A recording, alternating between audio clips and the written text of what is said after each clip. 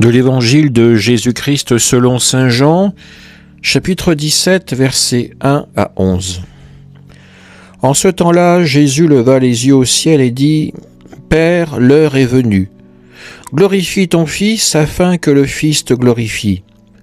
Ainsi, comme tu lui as donné pouvoir sur tout être de chair, il donnera la vie éternelle à tous ceux que tu lui as donnés.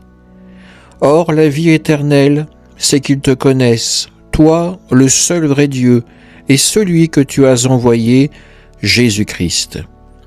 Moi, je t'ai glorifié sur la terre en accomplissant l'œuvre que tu m'avais donnée à faire.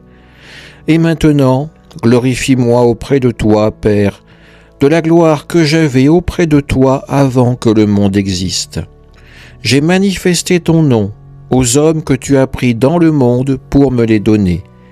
Ils étaient à toi, tu me les as donnés, et ils ont gardé ta parole. Maintenant, ils ont reconnu que tout ce que tu m'as donné vient de toi, car je leur ai donné les paroles que tu m'avais données, ils les ont reçues, ils ont vraiment reconnu que je suis sorti de toi, et ils ont cru que tu m'as envoyé. Moi, je prie pour eux. Ce n'est pas pour le monde que je prie, mais pour ceux que tu m'as donnés, car ils sont à toi. Tout ce qui est à moi est à toi, et ce qui est à toi est à moi, et je suis glorifié en eux. Désormais, je ne suis plus dans le monde, eux ils sont dans le monde, et moi je viens vers toi. Acclamons la parole de Dieu. Frères et sœurs, nous sommes dans ce temps précieux entre l'Ascension et Pentecôte. Les apôtres, comme nous l'avons entendu dans les Actes des Apôtres, étaient d'un même cœur assidus à la prière avec quelques femmes, dont Marie, la mère de Jésus, et avec ses frères.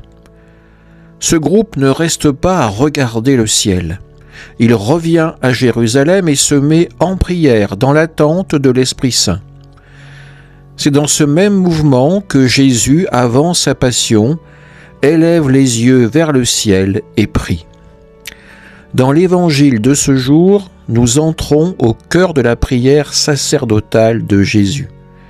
Il ne prie pas d'abord pour lui-même, mais pour ceux que le Père lui a donnés. « Père, l'heure est venue, glorifie ton Fils afin que le Fils te glorifie.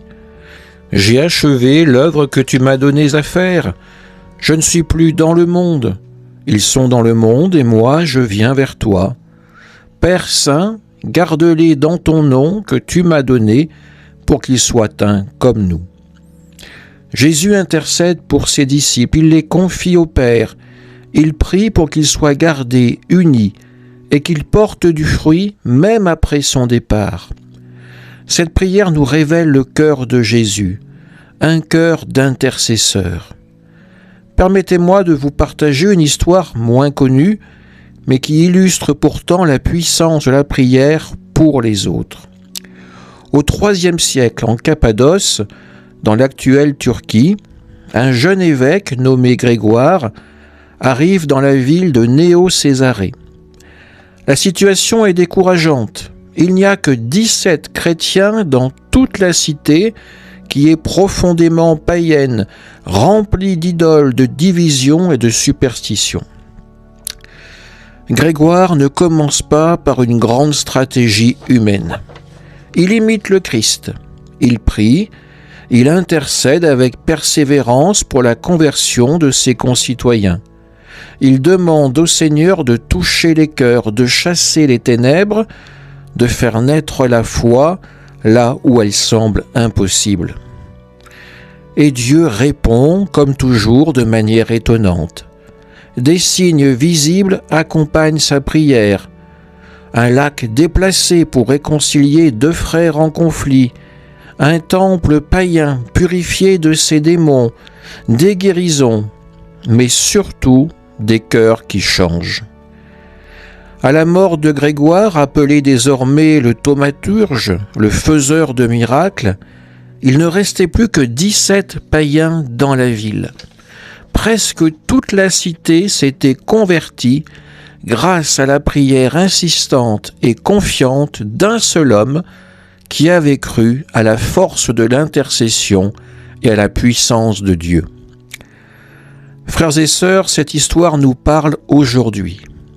Comme les apôtres réunis au Cénacle avec Marie, comme Jésus qui prie pour les siens avant de partir vers le Père, nous sommes appelés à devenir des intercesseurs. Pour nos frères et sœurs qui semblent loin de la foi, pour notre Église, parfois divisée et éprouvée, pour notre monde qui a tant besoin d'être gardé dans le nom du Père, pour ceux qui nous entourent et que nous confions silencieusement au Seigneur. Même quand nous ne voyons pas encore les fruits, la prière d'intercession est puissante. Elle glorifie le Père, elle unit, elle garde, elle transforme. Jésus nous l'a montré et Grégoire l'a vécu. Demandons la grâce d'une prière persévérante et confiante. Que l'Esprit Saint que nous attendons dans quelques jours vienne enflammer nos cœurs pour que nous puissions, à notre tour, intercéder pour ceux que le Père nous a donnés. Que Marie, qui priait avec les apôtres, nous obtienne cette grâce. Amen.